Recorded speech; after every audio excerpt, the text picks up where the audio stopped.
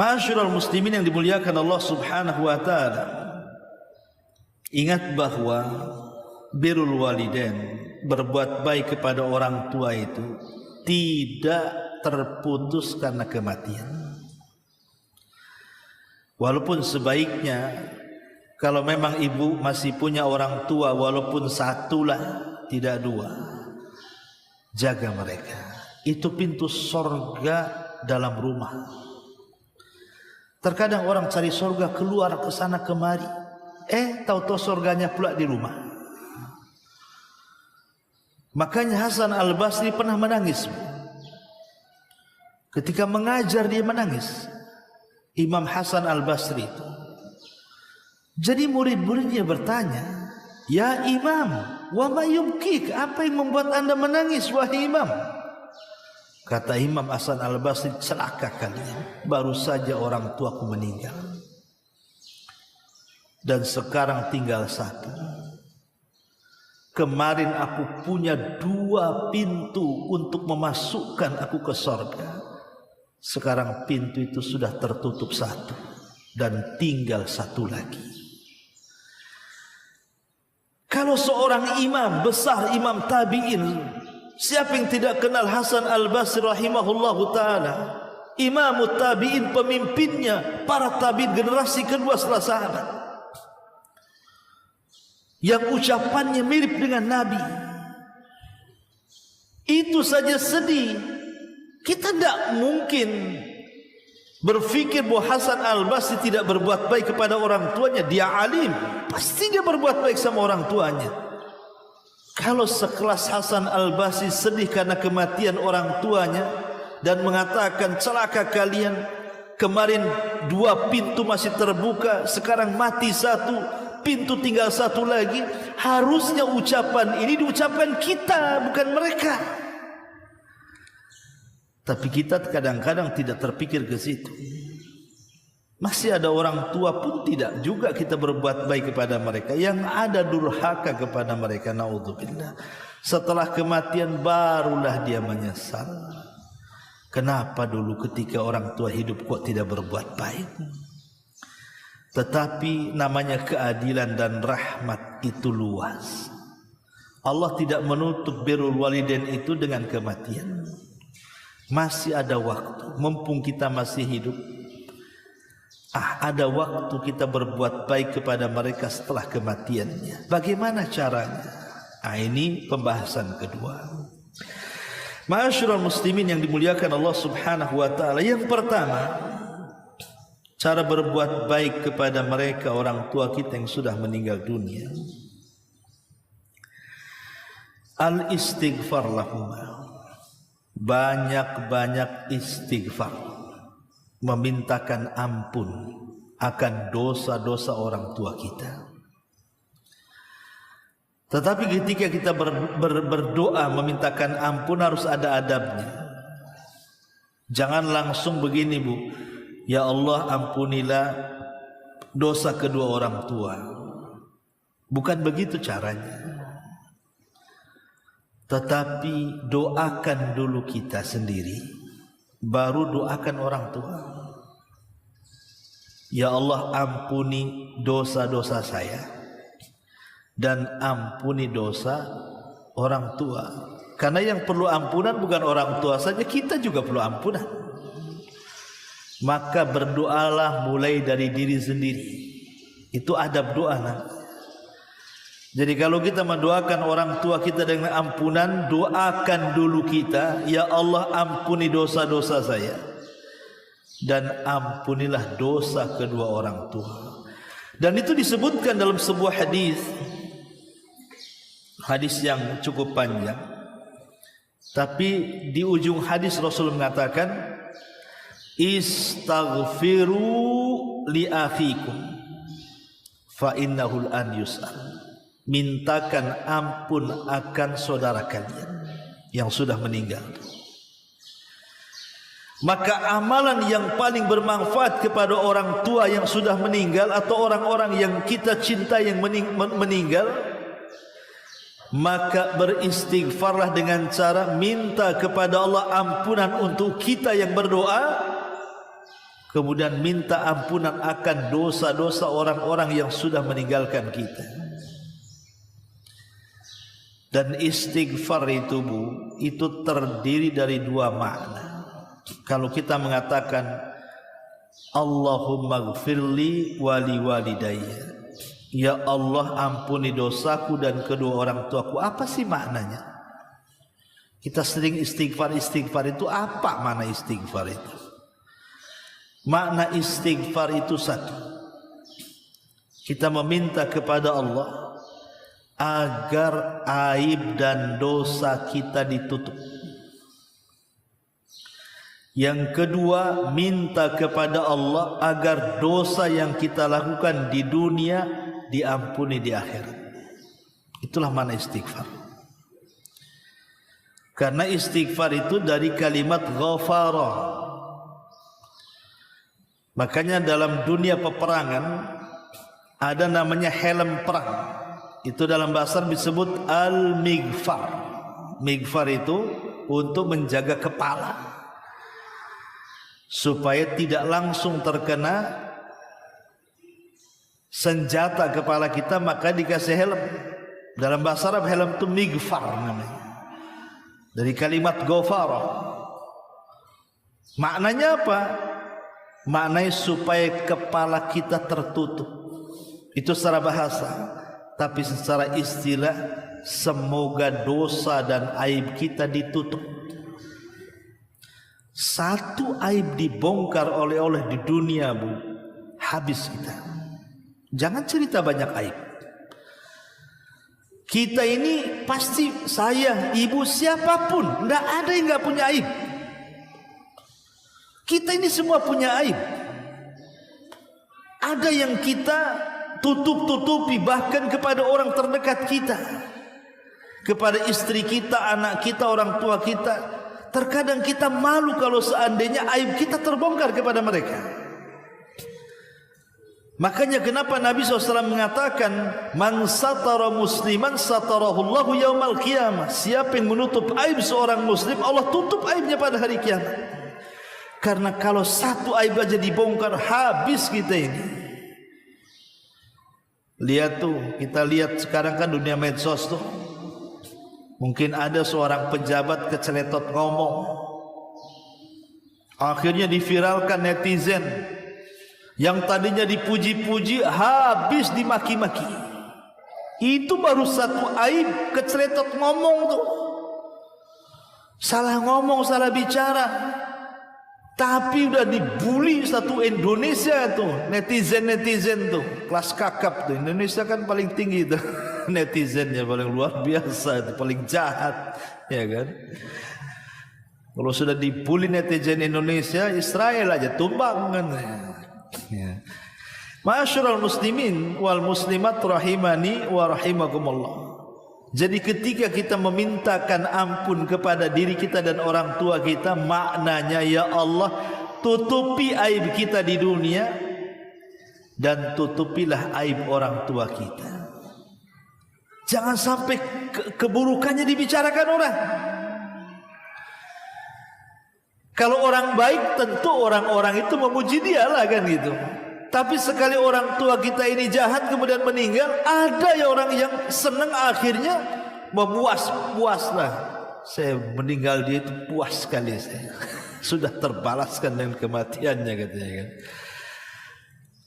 Kita minta supaya di dunia orang tua kita tidak dibicarakan buruk sama orang. Sudahlah, cukup, dia sudah meninggal sudah. Nanti urusan dia dengan Allah. Yang kedua, kita minta dengan istighfar itu agar kita yang meminta kepada Allah, dosa-dosa kita selama di dunia Allah tidak azab kita, dan dosa-dosa orang tua kita yang sudah meninggal dunia atau pasangan-pasangan yang kita cintai ketika di dunia, jangan sampai Allah azab. Ampuni mereka. Itulah makna istighfar. Jadi penting, ini yang pertama, minta kepada Allah Subhanahu wa ta'ala agar mereka diampuni. Satu. Yang kedua,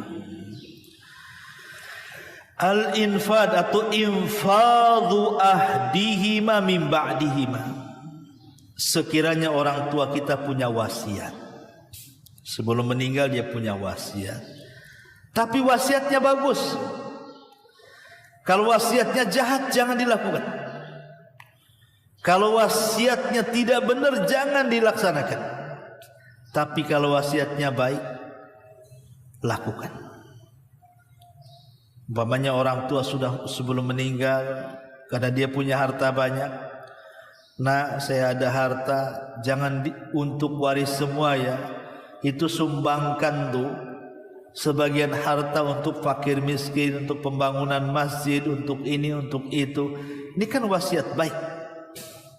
Maka sempurnakan wasiat itu. Tetapi ingat, walaupun orang tua minta separuh harta, tidak boleh diberikan semuanya, karena wasiat itu paling banyak 1/3 saja. Jangan sampai mendolimi ahli waris. Walaupun orang tuanya berwasiat semua hartanya diinfakkan, tidak boleh. Atau separuh hartanya diinfakkan, tidak boleh. Kita selaku ahli waris cukup keluarkan 1/3 saja, 2/3-nya untuk ahli waris. Jangan sampai ahli waris jadi pengemis, jadinya habis hartanya. Ini yang kedua. Apalagi kalau wasiatnya bukan harta, seperti yang dilakukan siapa? Umar bin Abdul Aziz rahimahullah ta'ala. Bayangkan kematiannya, tidak membawa harta, padahal dia orang nomor 1 khalifah, tapi meninggal tak bawa harta. Hanya beberapa dinar saja dia bawa. Tapi apa katanya Umar bin Abdul Aziz kepada anak-anaknya? Aku tidak pernah meninggalkan harta untuk kalian. Karena kalau seandainya aku tinggalkan harta kepada kalian dan kalian menjadi orang jahat, maka aku menjadi wasilah kejahatan kalian. Tapi aku wasiatkan kalian untuk bertakwa kepada Allah. Karena siapapun yang bertakwa kepada Allah, harta akan mengikut kalian. Subhanallah, wasiat Umar bin Abdul Aziz. Ketika sudah meninggal, anak-anaknya baik-baik. Bahkan anaknya kaya-kaya. Bahkan sebagainya para penyumbang untuk para mujahid fisabilillah. Padahal bapaknya tidak mewariskan sedikit pun harta. Tapi anak-anaknya mendengar wasiat bapaknya untuk bertakwa. Itulah yang Allah katakan, wa man yattaqillaha yaj'al lahu makhraja wa yarzuqhu min haitsu la yahtasib. Siapa yang bertakwa kepada Allah, Allah akan urai setiap kesulitannya dan Allah akan berikan rizki dari arah yang tidak disangka-sangka. Nah, kalau wasiatnya seperti itu, mantap lagi. Ya. Ini yang kedua. Yang ketiga, ikram sadiqihima. Kalau seandainya orang tua kita semasa hidup, dia punya kawan, punya gebetan, punya kawan dekat, kemana-mana sama si Anu aja, orang tua kita itu. Ketika orang tua kita meninggal dunia, maka hubungkan silaturahim yang pernah dihubungkan orang tua kepada dia. Walaupun dia jauh tempatnya, datang kasih hadiah. Maaf Pak, saya ini anaknya si Anu. Si Anu kan kawan bapak. Iya, saya kasih hadiah. Tolong doakan bapak saya. Begitu caranya. Dan itu dilakukan Umar bin Khattab radhiyallahu anhu dan juga putranya Ibnu Umar radhiyallahu anhu.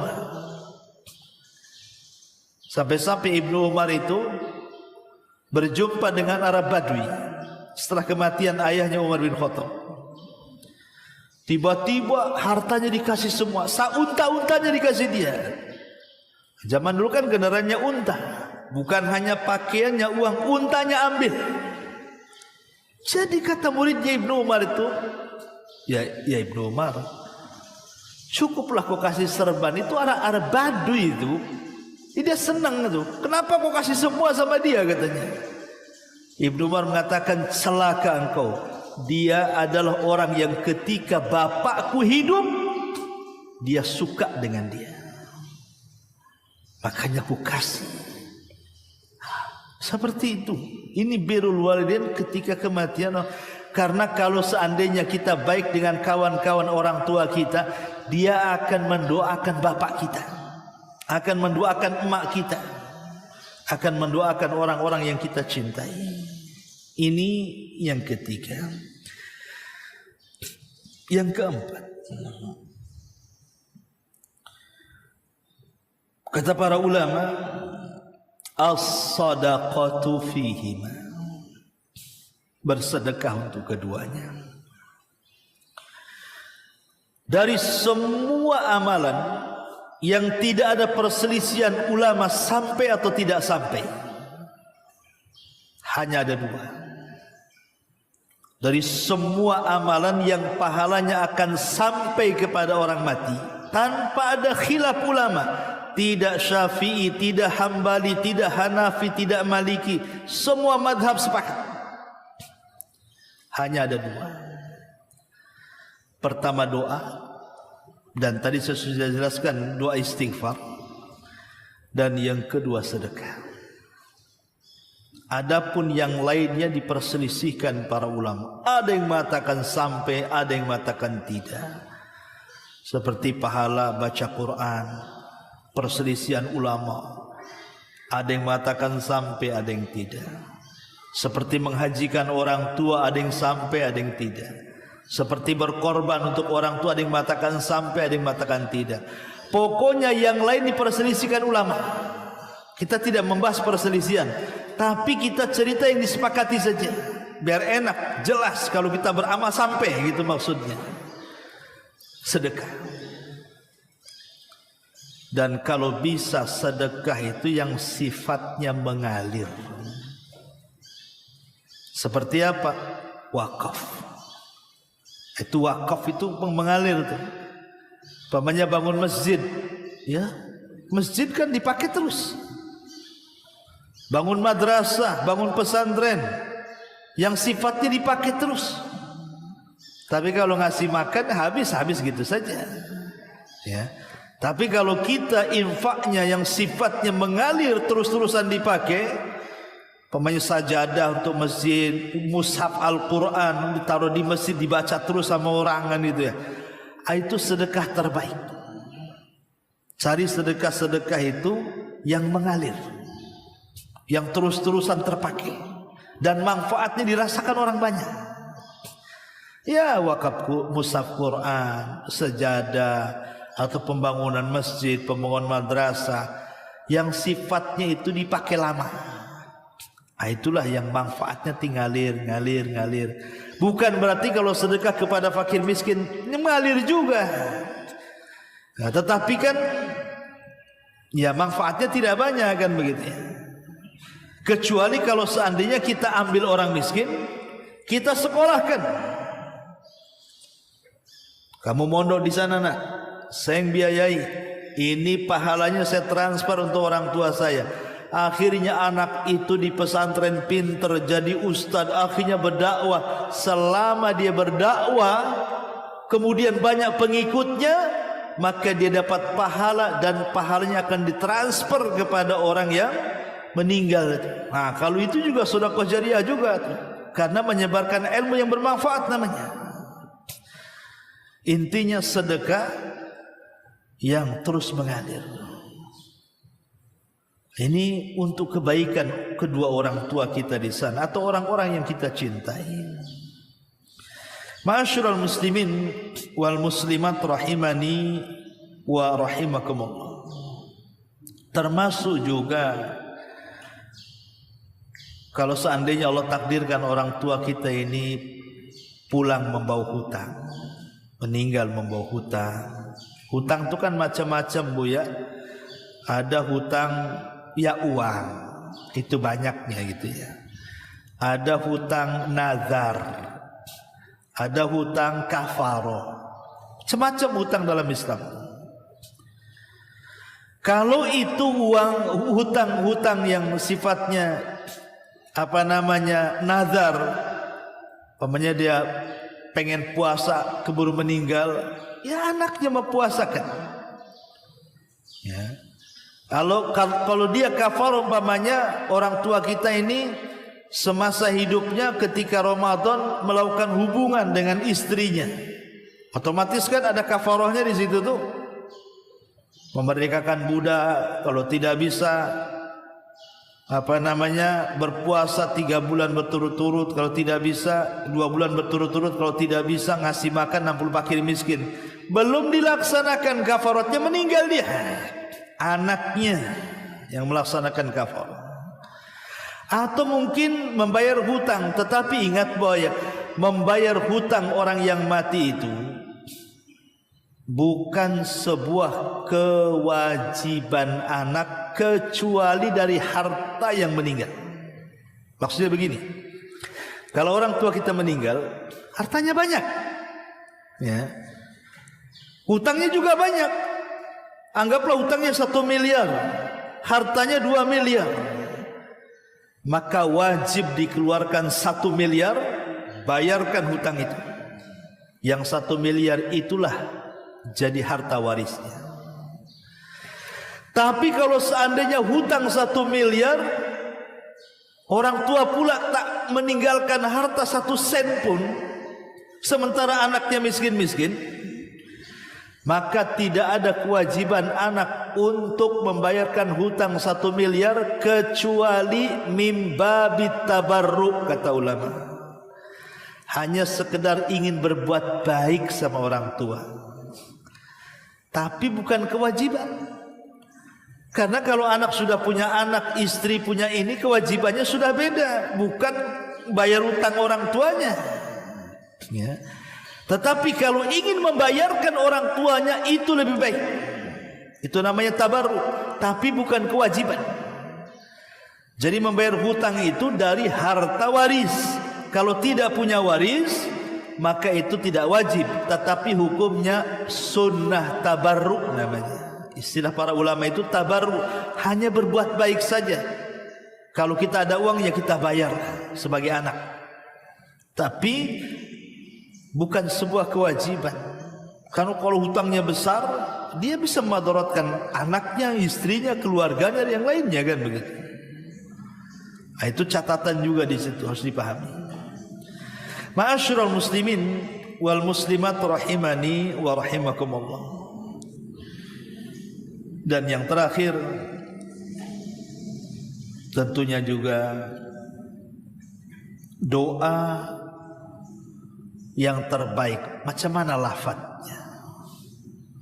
Macam mana caranya kita berdoa untuk orang tua kita yang meninggal itu? Apa yang harus kita minta kepada Allah untuk mereka? Ma'asyiral muslimin wal muslimat rahimani wa rahimakumullah. Dalam surah Al-Mu'minun ayat 118 Allah mengatakan, Rabbighfir warham wa anta khairul rahimin. Ya Allah, ampuni, rahmati, dan Engkau sebaik-baik zat yang memberikan rahmat. Dari sini kita tahu bahwa doa terbaik bagi orang yang meninggal dunia, pertama doa ampunan, yang kedua doa rahmat, dan yang ketiga, ini juga tak kalah pentingnya, doakan supaya mereka dimantapkan dalam jawaban. Sebagaimana Rasul mengatakan, istaghfiru li akhikum fa innahul an yus'al. Mintalah ampun kepada saudara kalian karena mereka sedang ditanya. Ditanya siapa Tuhannya, ditanya siapa nabinya, ditanya siapa agamanya, apa agamanya. Berarti 3 perkara yang kita minta kepada Allah. Ya Allah, ampuni dosa saya. Dosa kita dulu ya, saya sudah katakan ini adab. Minta kepada Allah agar dosa kita diampuni. Baru setelah itu kita mengatakan, ya Allah, ampuni dosa kedua orang tua saya. Ya Allah, rahmatilah kedua orang tua saya.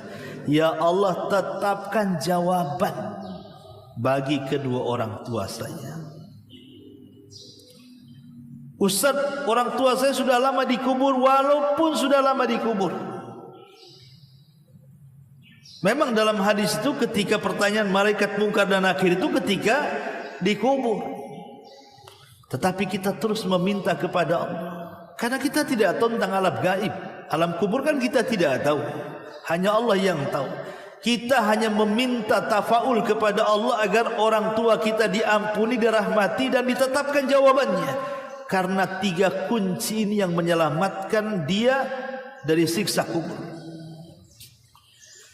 Utsman bin Affan radhiyallahu anhu, apabila diceritakan tentang neraka, raut mukanya biasa-biasa saja. Tapi kalau sudah diceritakan tentang alam kubur, menangis sejadi-jadinya tuh Utsman bin Affan. Jadi ditanyalah, Utsman, aneh kau ini. Cerita neraka biasa-biasa saja, cerita kuburan bisa nangis senangis-nangisnya. Apa kata Utsman? Celaka kalian, wailakum. Kalian tidak tahu kuburan itu apa, kata Utsman. Kuburan itu bisa saja raudun min riyadil jannah au hufratun min hufarin nar, katanya. Kuburan ini bisa saja menjadi taman menuju taman-taman sorga, atau jangan salah, kuburan itu menjadi lubang dari lubang-lubang mengarah ke neraka. Kalau dia selamat di kuburan, kata Utsman, selamat kau di sana. Kalau kau tak selamat di kuburan, jangan harap kau selamat di sana, katanya. Ya. Makanya kita mumpung kiamat belum dikiamatkan, masih ada kesempatan orang tua kita ada di kuburan, orang-orang yang kita cintai di kuburan. Ini kesempatan membahagiakan mereka, menyelamatkan mereka. Sembari kita juga minta diselamatkan dan diampuni dosanya, minta kepada Allah untuk keselamatan mereka, kebahagiaan mereka. Dan banyak juga mungkin doa-doa yang lain yang umum, seperti mamanya para ulama mengajarkan, Allahumma ifsah lahu fi qabrihi maddal basari wafrus qabrahu min firasil jannah. Ya Allah, luaskan kuburannya. Ya Allah, hamparkan tikar sorga di hadapannya. Atau Allahumma ungkulhu ila jannatil khulud. Allahumma arhamhu tahtal ardi wasturhu yaumal ardi wala tukhirhu yauma yub'atsun. Ya Allah, pindahkan orang yang kita cintai ke sorga yang mengekalkan. Berikan dia rahmat di bawah bumi ini. Tutuplah auratnya dan kesalahannya kelak ketika catatan dihamparkan di hadapan Rabbnya. Dan semoga tidak dihinakan pada hari ketika dibangkitkan. Nah, bisa juga doa seperti itu. Ibu nggak bisa bahasa Arab, tidak apa-apa, pakai bahasa Indonesia kan nggak masalah. Ya. Tapi kalau pakai bahasa Arab tentu lebih baik lagi. Allahumma aminhu min faza'i yaumil qiyamah. Ya Allah, berilah keamanan bagi orang tuaku di hari nanti ketika rasa takut meliputi. Allahumma anishu fi wajdatihi wa fi wahsyatihi wa fi ghurbati. Ya Allah, temanilah dia dengan orang baik saat rasa takutnya, saat kesendiriannya, dan begitu seterusnya. Karena orang kalau masuk kuburan itu tidak ada kawan di situ. Saya nggak bisa bayangkan ya. Coba Bu, Ibu renungkan sesaat ya. Kalau saya sediakan satu tempat kamar ya, kamar agak, anggaplah Ibu dikurung dalam rumah oleh suami. Di rumah itu Bu, nggak ada listrik, nggak ada AC, nggak ada kipas angin, nggak ada handphone, nggak ada apa-apa, kosong belum, rumah kosong. Kemudian Ibu diletakkan dalam rumah, dikunci dari luar. Kira-kira Bu, apa yang Ibu rasakan? Stres Bu. Kalau ada HP masih main HP. Kalau panas masih ada AC. Ini nggak ada. Sudah rumah nggak pakai pelapon, pakai bonde, spandek kan gitu ya. Pendek pula, makin panas, gelisah, tak ada makan, tak ada minum, tak ada apa-apa. Saya enggak yakin satu hari ibu bisa kerasan di situ. Mungkin besok itu sudah lapor polisi disiksa suaminya, kan begitu Bu. Itu satu hari kita dikurung tuh, enggak ada apa-apa coy. Ya orang di kuburan itu bukan satu hari dan tidak mungkin lagi ke dunia. Dia akan tetap di situ sampai kiamat dibangkitkan. Iya kalau kosong belum kayak rumah. Kalau dia orang jahat didatangkan kalajengking, datangkan ular, datangkan macam-macam di situ. Dengan azab kubur yang luar biasa. Yang pernah dilihat Nabi SAW dalam peristiwa Isra Mi'raj itu, ruhnya dibawa ke neraka, kemudian digoreng, ditungku. Kalau dia pezina, ada yang dirobek kemudian sampai ke tengkuknya. Kalau dia para pendusta, ada yang dibentur kepalanya. Kalau dia suka meninggalkan sholat. Jadi bukan perkara remeh dalam kuburan itu. Makanya kenapa kita selalu berdoa sebelum salam dalam solat itu, Allahumma inni a'udzubika min adzabi jahannam wa min adzabil qabri wa min fitnatil mahya wal mamat wa min syarri fitnati masihid dajjal. Itu kita baca dalam setiap solat itu. Ya Allah, aku berlindung dari azab jahannam, dari azab kubur, dari fitnah kehidupan dan kematian, dari jeleknya fitnah dajjal. Kita minta kepada Allah itu setiap solat, mau wajibnya mau sunnahnya sebelum salam, dari fitnah kubur. Karena kondisinya, coba bayangkan kalau kita mati sekarang, kiamatnya ratusan tahun lagi. Berapa lagi kita hidup di kuburan tuh nunggu kiamat? Coba kalau kita berfikir soal itu, kenapa Rasulullah SAW sampai mengatakan kuntu nahaitukum an ziyaratil kubur fazuruha. Dulu kularang kalian ziarah kubur, sekarang berziarah kubur. Supaya apa? Tudzakirukumul akhirah. Dengan melihat kubur itu loh, kita teringatkan dengan akhirat, dengan kematian, bahwa kita juga akan masuk juga ke liang lahat. Makanya ketika kita masuk saja, salam kita apa? Assalamu alaikum ya ahlad diyar minal mu'minina wal muslimin wa inna insyaallahu bikumul lahikun. Keselamatan wahai penduduk kubur dari kalangan kaum mukminin dan kaum muslimin, kami juga akan nyusul kalian. Salamnya saja sudah menunjukkan kita diingatkan dengan kematian tuh. Tapi berapa banyak orang yang lewat di kuburan hanya lewat saja. Contoh antum dari sini nih, dari ibu-ibu kan dari sini ke Batu Haji kan lewat kuburan Tamiang. Ada nggak perasaan ketika lewat kuburan itu bahwa kita juga akan menyusul? Liriklah sedikit. Ustaz kalau malam lirik tidak bisa, nggak takut katanya. Ya lewatnya jangan malam-malam. Kalau jam 1 ngelirik, nanti pula yang dilihat lain pula di situ. Maksud saya itu kalau kita lewat kuburan, minimalnya adalah di situ pelajaran kita akan seperti dia, sehingga lewatnya kita dari sini Sekupang ke Batu Haji itu dapat pahala, diingatkan dengan kematian. Pulangnya pula kita sadar di sini, yang tadinya keras jadi lembut, yang tadinya kasar jadi lembut, yang tadinya suka malas-malas ibadah jadi rajin ibadah. Kenapa? Diingatkan dengan kematian gitu. Tapi subhanallah, memang mungkin karena maksiat sudah terlampau banyak, hati pula sudah keras. Kadang kita yang mandikan, kita yang kafankan, kita yang kuburkan, pulang dari kuburan kayaknya biasa-biasa saja. Na'udzubillah tsumma na'udzubillah. Yang anehnya pula, yang gali kuburan pula tak solat. Hari-hari dia galikan kuburan tuh. Tak solat pula dia di situ. Cara berpikirnya gimana orang kayak gitu? Hari-hari dia yang gali, hari-hari dia yang nanam. Harusnya orang yang seperti itu yang paling soleh. Kenapa? Hari-hari diingatkan dengan kematian. Lah ini hal-hal yang seperti ini kadang-kadang adalah pada hati kita. Boleh jadi kerasnya hati. Kenapa hati keras? Banyak maksiat itu saja sebenarnya. Kalau kurang-kurang maksiat, insya Allah hati makin lembut-lembut. Karena maksiat itu menodai titik hitam. Satu maksiat, satu titik hitam. Dua maksiat, kalau ribuan maksiat, titik hitamnya juga ribuan dalam hati. Kalau sudah seperti itu kata Allah, kalla bal rana ala qulubihim. Kalau sudah ron, menutup hati, udah. Dia tidak akan memandang yang ma'ruf itu ma'ruf, dan tidak akan memandang yang mungkar itu mungkar. Naudzubillah. Inilah diantara pembahasan di siang pagi hari ini.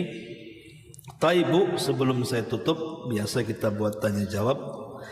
Silahkan kalau ada yang mau bertanya seputar tema yang kita jelaskan di siang ini.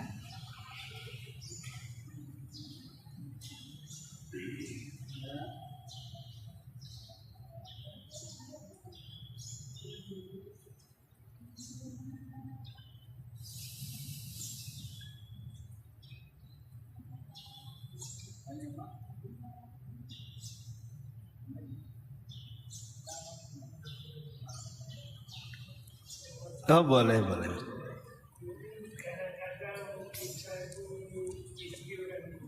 Oke. Kadang-kadang ada rasa bersalah bagi sahabat kita. Bagaimana cara menghilangkannya? Dan bagaimana caranya untuk berbaik, berbuat baik sebaik mungkin untuk orang yang tertinggal. Iya. Kita apa juga supaya jangan ada yang mengganjal di hati ini. Iya. Iya, alhamdulillah. Itulah kadang-kadang Pak ya, kadang-kadang kita selaku suami atau mungkin anak kepada orang tua baru tersadar itu setelah mereka meninggal. Baru terpikir kekurangan kita apa. Ya, memang penyesalan itu datang di belakang, nggak ada penyesalan datang di depan. Kalau penyesalan datang di depan, tidak ada orang menyesal. Mesti penyesalan itu ada di belakang. Dan terkadang kesedihan-kesedihan meninggal orang yang kita cintai itu terkadang sampai membuat kita sakit. Contoh saja di zaman Nabi, putri Nabi Ruqayyah, Zainab bintu Rasulullah, Zainab putra Nabi, menikah dengan Abul As Ibn Rabi. Abul As Ibn Rabi dan Zainab ini kan percontohan suami istri yang luar biasa kecintaannya itu. Percontohan rumah tangga lah. Putri Nabi namanya Zainab dengan Abul As Ibn Rabi ini. Sampai ketika suaminya masih kafir pun Zainab masih cinta dengan suaminya. 2 kali ketangkap Nabi, 2 kali pula dia tak mau masuk Islam. Tapi Allah takdirkan di akhir hayatnya suami Zainab masuk Islam. Tapi tidak lama hidup dengan Zainab. 1 tahun setelah masuk Islam, kemudian diboyong di kota Madinah. Zainab sakit-sakitan kemudian meninggal. Beberapa bulan setelahnya kepikiran oleh suaminya, akhirnya meninggal.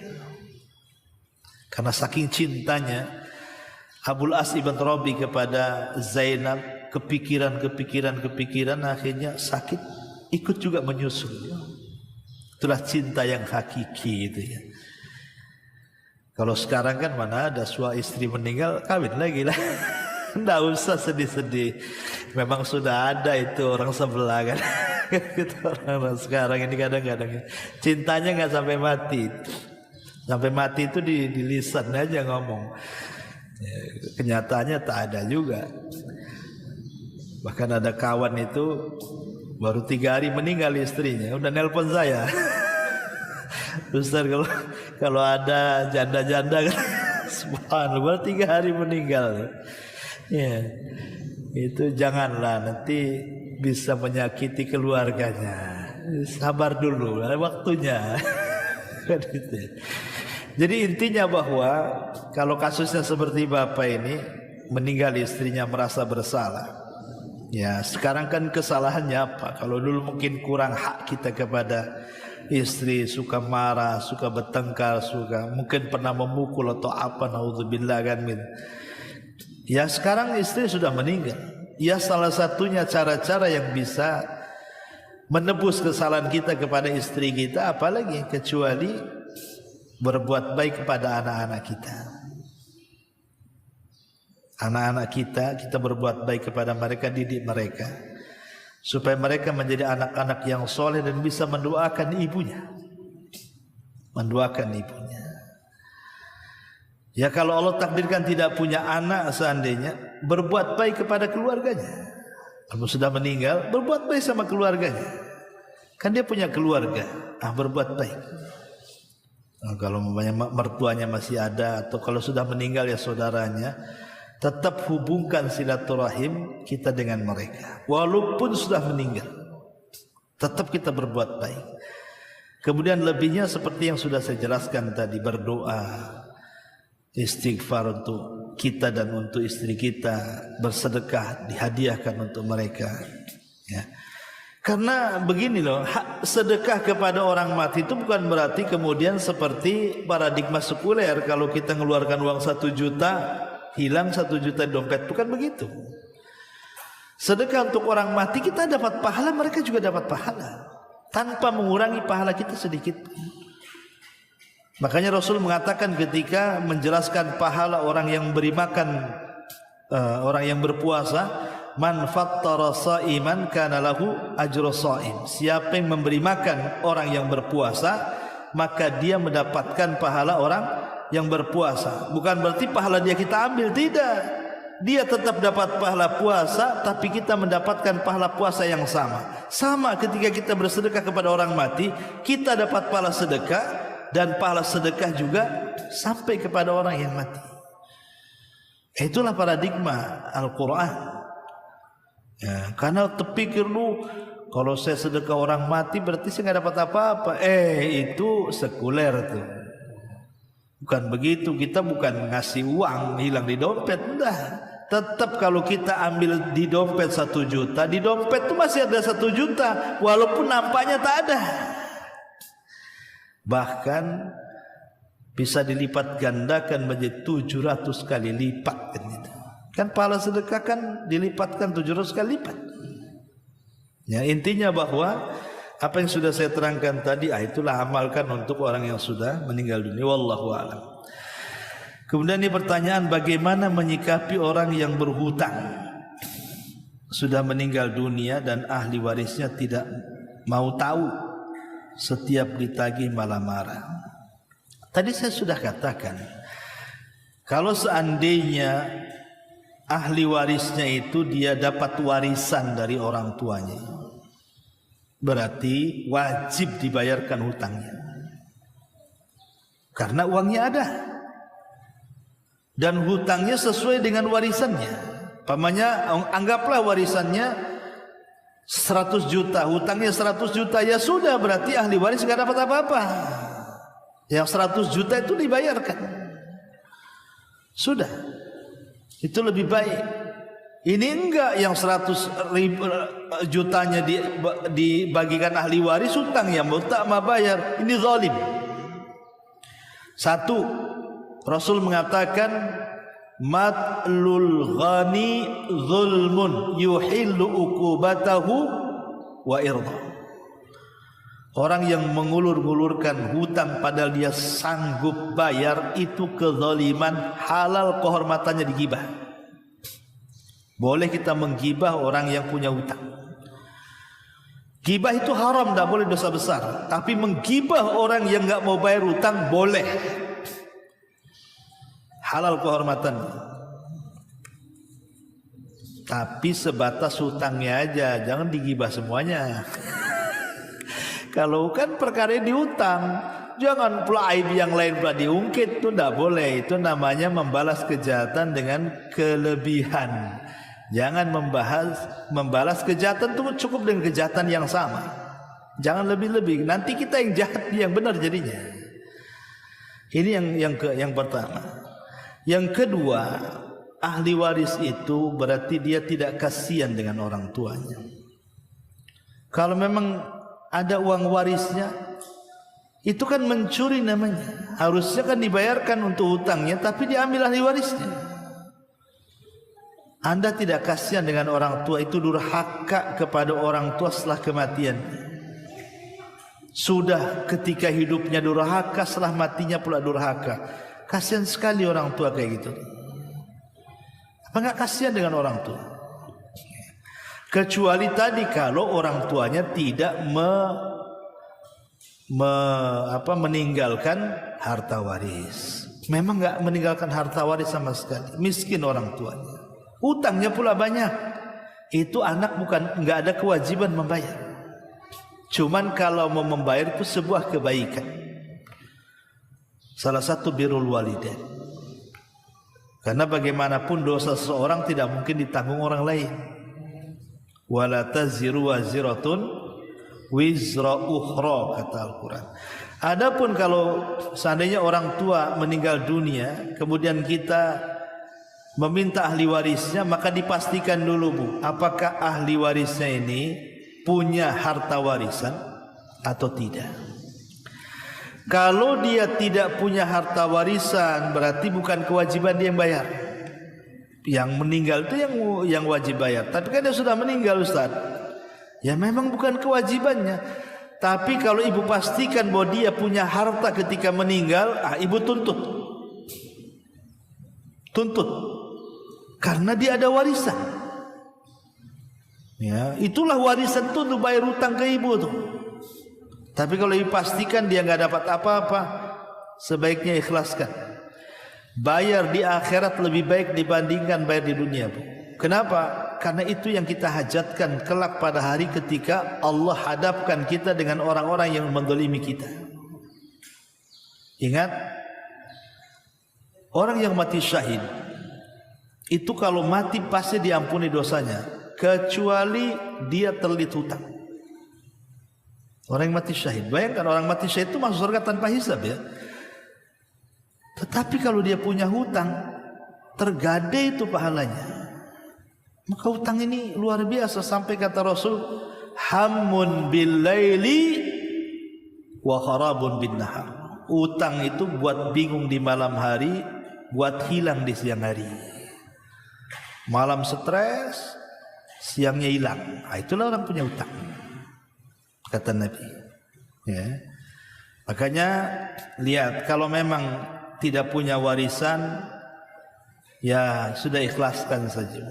Insya Allah balasan Allah jauh lebih baik. Karena nanti pada hari kiamat orang-orang yang mendolimi kita akan dihadapkan di kantor. Kemudian kita akan mengatakan, dulu kau punya hutang, bayar. Dia mengatakan, aku tak punya apa-apa. Enggak apa-apa, pahalamu aja saya ambil. Akhirnya pahalanya akan diambil. Kalau seandainya pahalanya sudah habis karena dibagi-bagikan kepada orang lain, enggak masalah. Kamu enggak ngasih pahala, aku punya dosa, ambil dosaku. Selesai.